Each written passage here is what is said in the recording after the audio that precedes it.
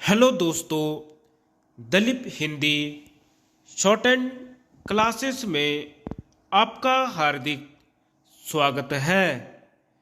दोस्तों, आज की डिक्टेशन 80 शब्द प्रति मिनट की गति से बोली जाएगी। डिक्टेशन स्टार्ट करते हैं 5 सेकंड बाद।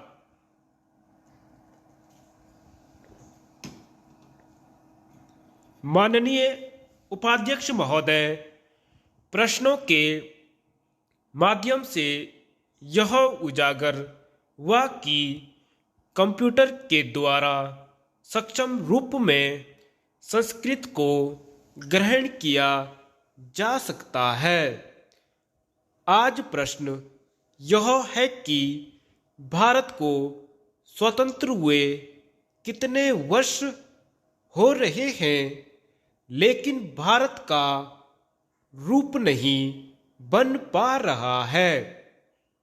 मेरा निवेदन यह है कि भारत को समझने के लिए उसकी भाषा को समझना होगा। अभी माननीय सदस्य ने कहा कि हम क्षेत्रीय भाषाओं की तरफ बल दें। मैं क्षेत्रीय भाषाओं का विरोध नहीं करता, लेकिन मेरा निवेदन यह है कि हमारी प्रसिद्धि जग में थी और हम दुनिया में सबसे आगे माने जाते थे। नालंदा तक्षशिला महाविद्यालय के नाम पर आज भी उनके खंडहर बता रहे हैं कि हमारी क्या बुलंदियां थीं। इससे यह बात प्रमाणित होती है कि नालंदा तक्षशिला के अंदर सारा विश्व शिक्षा ग्रहण करने के लिए आता था। उसकी भाषा क्या थी? सीधी सादी संस्कृत भाषा थी। संस्कृत भाषा के माध्यम से हम दुनिया भर में अपना ज्ञान देते थे, अक्षुण भंडार देते थे। मान्यवर उपाध्यक्ष महोदय, संस्कृत एक अत्यंत ही वैज्ञानिक भाषा है और सभी भारतीय भाषाओं की जननी कही जाती है, किंतु इसके अध्ययन और अध्यापन के लिए या प्रचार प्रसार के लिए जो व्यवस्था होनी चाहिए थी, वह आज तक संभव नहीं हुई है।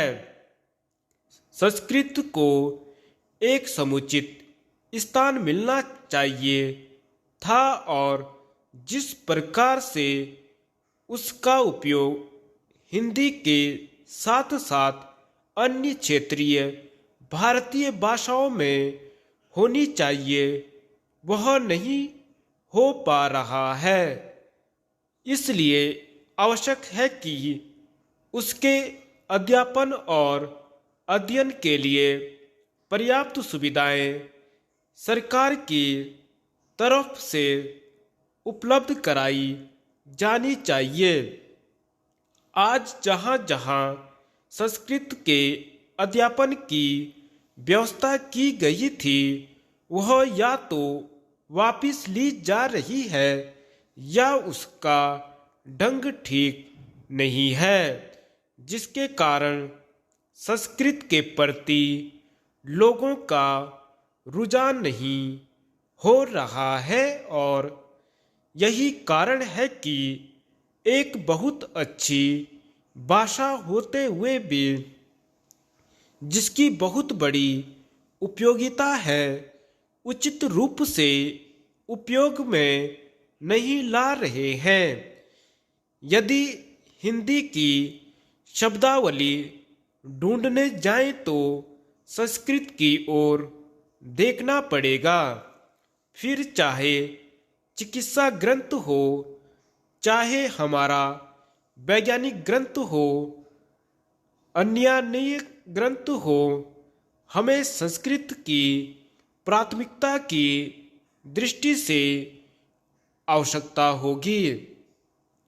मैं चाहता हूं कि हमारी क्षेत्रीय भाषाएं समृद्ध हों। धन्यवाद।